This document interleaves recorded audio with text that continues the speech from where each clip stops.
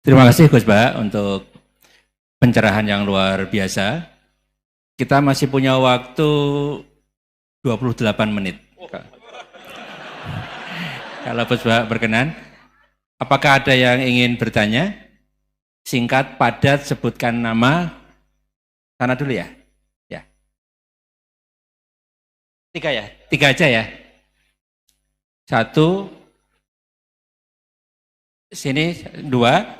Satu lagi dari Ahwat, ya Ibu ya. Ya. Silakan. Satu dari sana ya.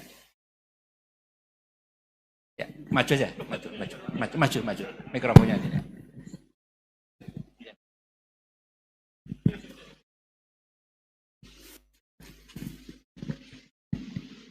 Bismillahirrahmanirrahim. Assalamualaikum warahmatullahi wabarakatuh. Perkenalkan Gus Baha, nama saya Boy, mungkin agak beda dengan pada umumnya.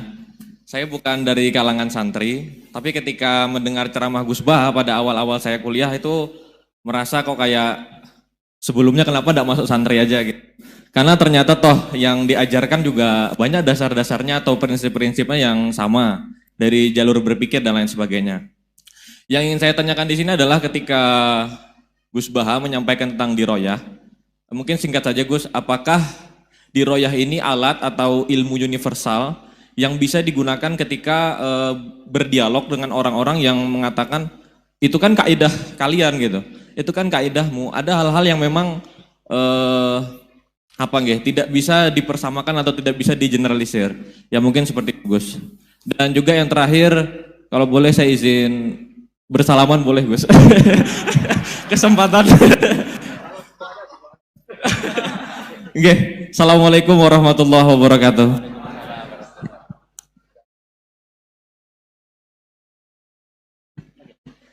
Baik, kita kumpulkan dulu satu lagi ya.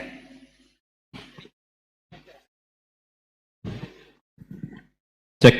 Bismillahirrahmanirrahim. Assalamualaikum warahmatullahi wabarakatuh. Ya, perkenalkan saya Taufik Satrio, biasa dipanggil Tosa. Ya. Ya. Singkatan. Baik, langsung saja mungkin untuk pertanyaannya. Di Yaumil Akhir nanti kan ada yang namanya Yaumil Mizan. Itu pertimbangan gitu kan. Nah, itu bagaimana kalau timbangannya itu sama, artinya seimbang.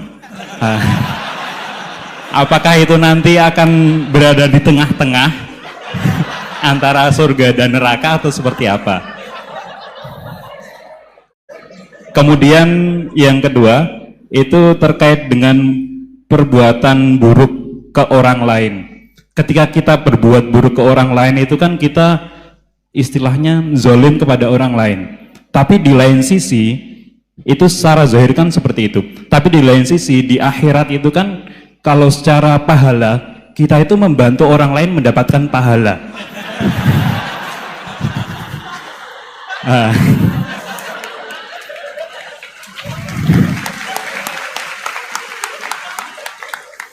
Jadi seperti apa Gus? Terima kasih. Assalamualaikum warahmatullahi wabarakatuh. Terima kasih Mas Tosa ya. Silakan Ibu ya.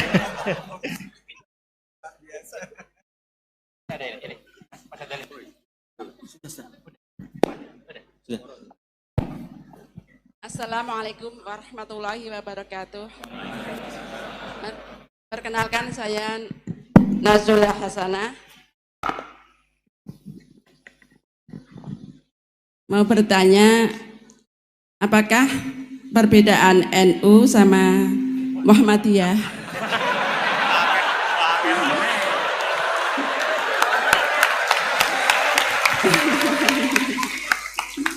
Tadi kan dijabarkan, terus dalam sholat subuh itu kan ada yang pakai doa kunut, ada yang enggak.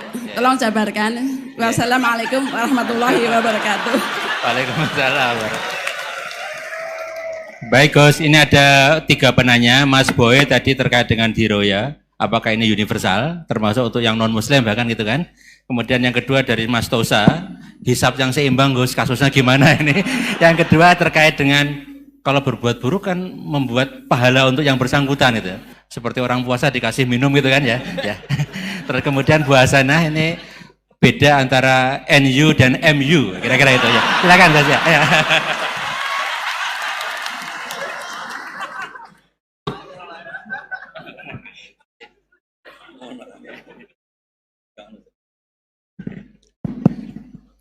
Bismillahirrahmanirrahim. Sebelum saya jawab, saya senang kalian semua senang dengan sesuatu yang taat itu. Banyak orang untuk senang nunggu maksiat dulu. Mungkin melihat perempuan yang tidak mahram, melihat sesuatu yang maksiat. Jadi ini spesial. Majelis ilmu tapi apa? Senang. Ini sesuai rencana Tuhan lah. Seorang itu senang dengan taat, senang dengan ilmu. Ini luar biasa, no? Luar biasa. Tadi pertanyaannya kalau diroya. Jadi Islam itu agama untuk logika objektif. Jadi diroya itu ya global, universal. Misalnya saya beri contoh Tuhan yang satu. Itu dulu, saya ulang lagi, dulu itu ada imam namanya Imam Amudi. Itu pengajar matematika, Mas Boy. Pengajar matematika. Itu kan nggak lazim, tapi kiai kok pengajar apa? Singkat cerita, ini cerita keramat. Kalau kalian nggak paham ya keramat sendiri. Jangan nggak paham menentang. Singkat cerita, di antara keramat beliau itu, Allah itu nyuruh para malaikat disuruh ngaji matematika sama dia. Ngaji tauhid, tapi disebut sama Allah ngaji matematika. Ternyata apa? Cara ngajarkan gini. Misalnya ngajarkan diterang gini. Titik. Angka 2, 3, sampai 1 miliar, 1 triliun. Nisbatusnaini ilama la nihayatalah. Itu nisbatul fard asli. Angka itu entah 2, entah 3, entah 1 miliar, semuanya dibanding angka 1 itu namanya cabang. Tetap yang al-aslu itu angka 1. Itu otak siapapun, itu akan ikrar dengan logika tadi. Bukan kita Muslim.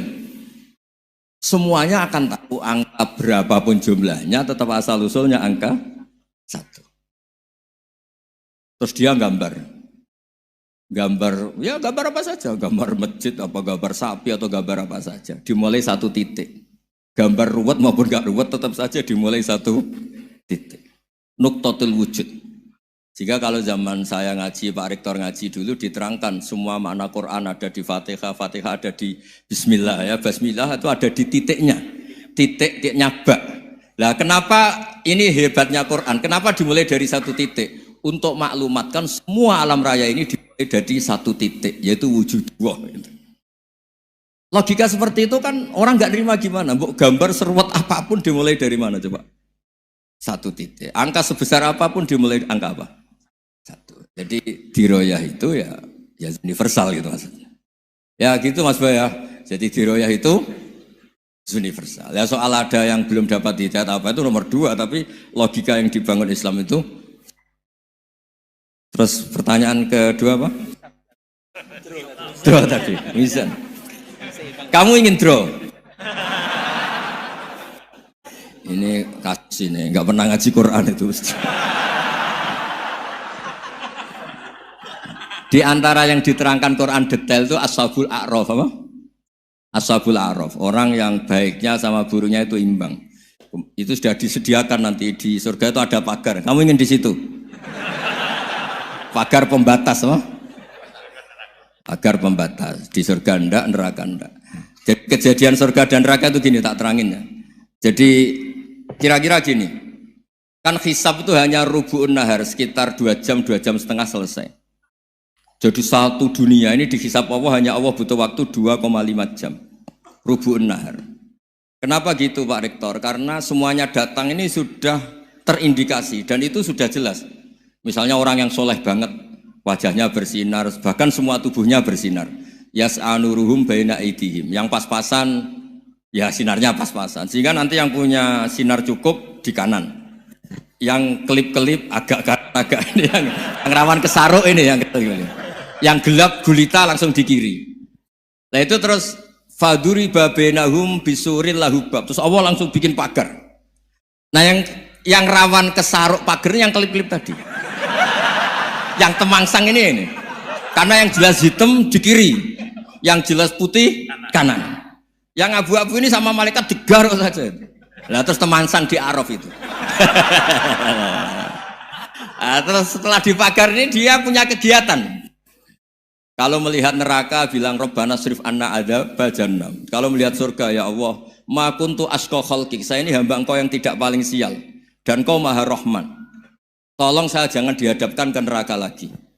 Karena itu menyiksa. Sabar wa ahraqaka. Ya ketika melihat neraka itu dia komentar, ya Allah, neraka ini begitu merusak wajah saya. Hawa panasnya itu sudah menghancurkan semua. Baunya juga agak enak. Saya minta saya dihadapkan ke surga. Bersama Allah. Tapi kamu tidak minta lagi kan? Tidak, saya hanya minta itu tok. Gitu. Nah ini saya pandu. Kalau kamu ngalami tak pandu. Kalau kamu ngalami tak pandu. Sama Allah terus diberi janji supaya tidak minta yang lain. Tidak, saya tidak akan minta lagi. Terus melihat surga.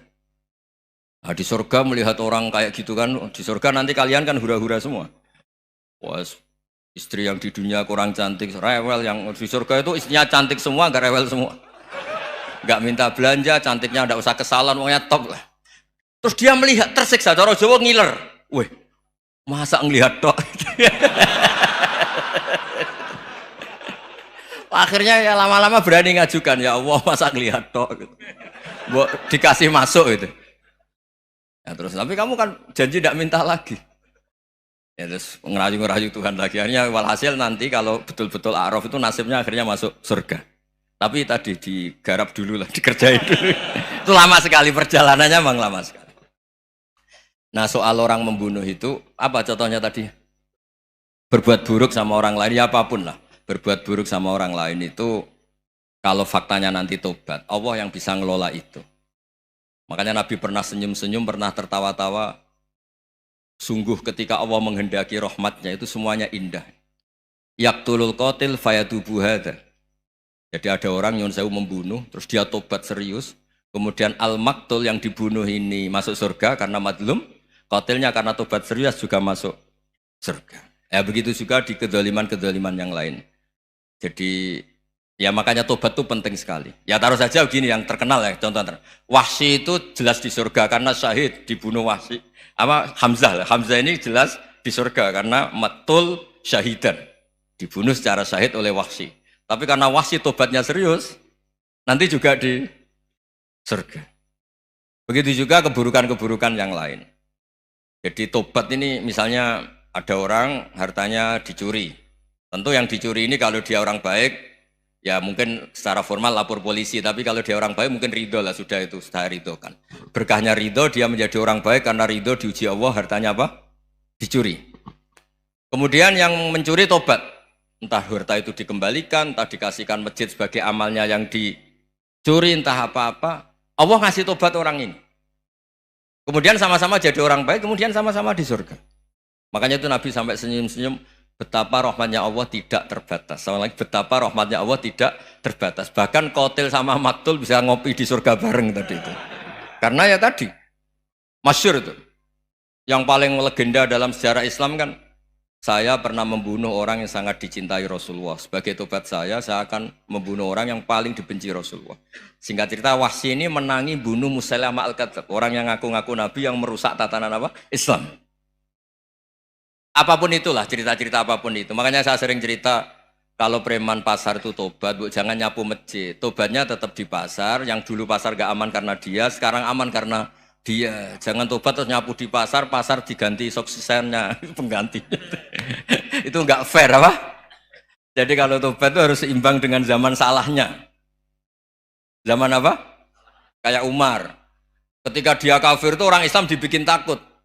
Ketika dia Islam, gantian orang kafir dibikin takut. Pertama dia Islam langsung marahni Abu Jahal, awas kalau ganggu Rasulullah, ngadepin saya. Itu fair. Kenapa? Fair. Jangan tobatnya bikin orang takut, lah tobat ke masjid, nyapu. Yang di pasar diganti penggantinya tetap gaduh. Gak boleh, harusnya kalau lama bikin pasar takut, ya sekarang lama bikin pasar apa? Aman. Itu tobat yang apa? Seimbang. Ya kira-kira gitu ya. Nanti tak pandu kalau sudah di A'raf. Terus gimana? Yang ketiga NU sama MU. Satu itu beda seragamnya dan logonya.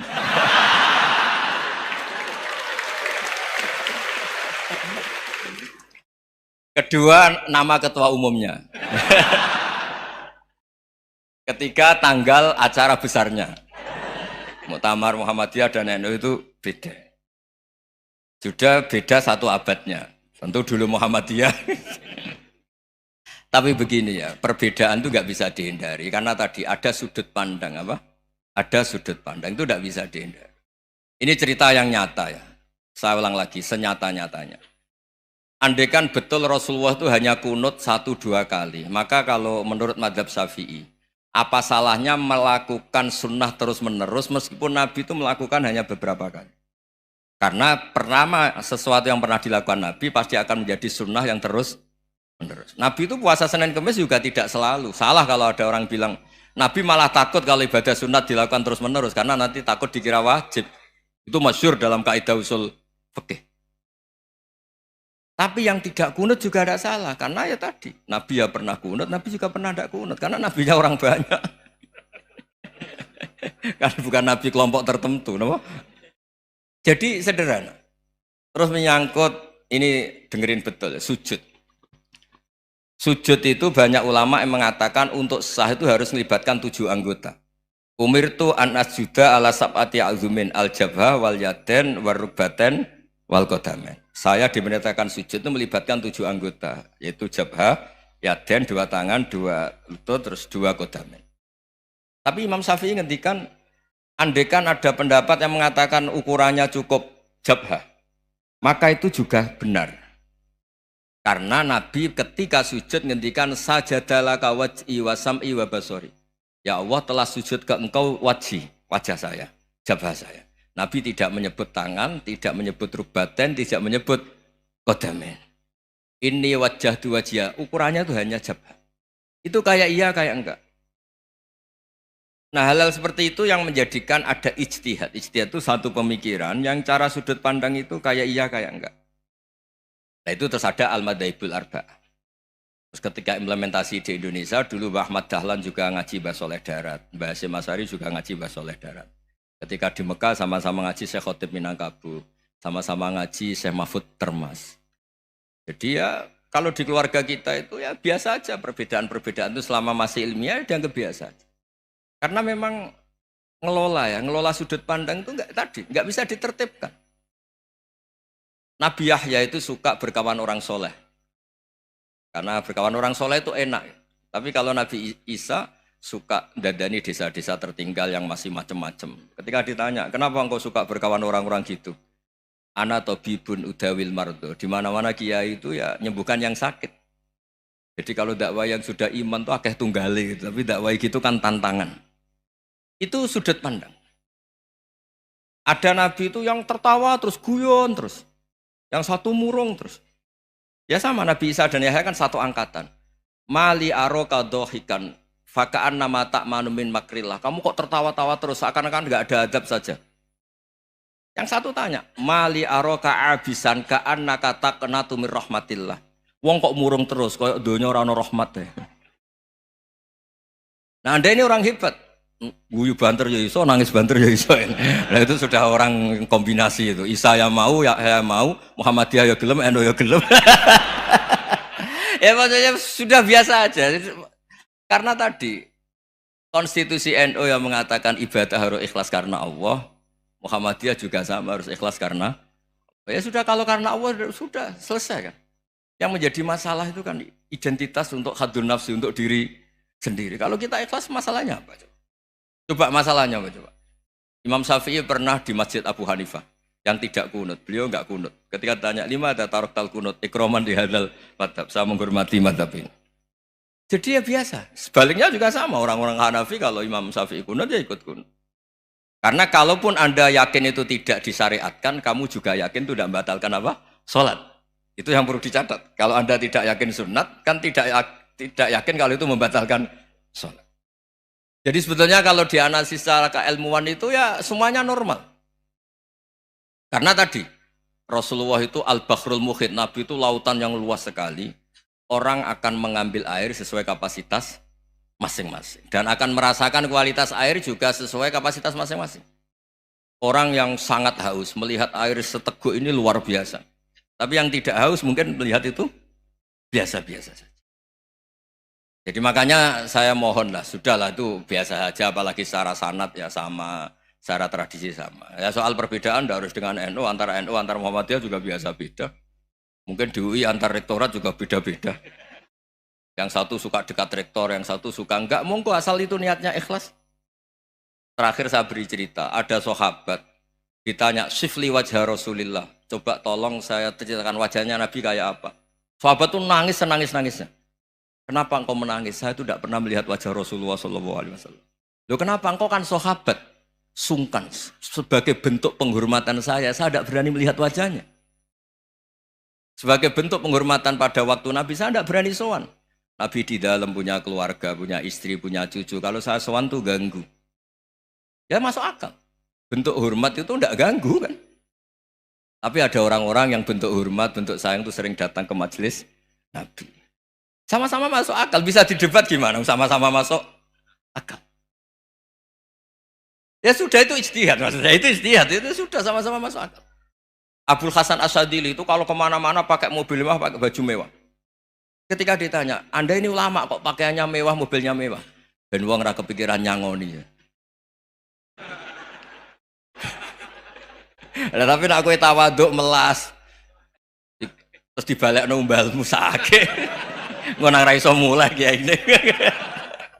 Ya tapi misalnya semua gitu mesti ada yang salah paham, itu keangkuhan. Tapi kalau semuanya kelihatan gembel, nanti orang trauma jadi kiai. Takut kayak itu. Ya sudah, itu wilayah ijtihad, sudah tidak usah ya, pokoknya sudah, yang penting ikhlas. Anda berani tanggung jawab nanti ketika ketemu Allah Subhanahu wa taala. Nggih, ngoten. Assalamualaikum warahmatullahi wabarakatuh.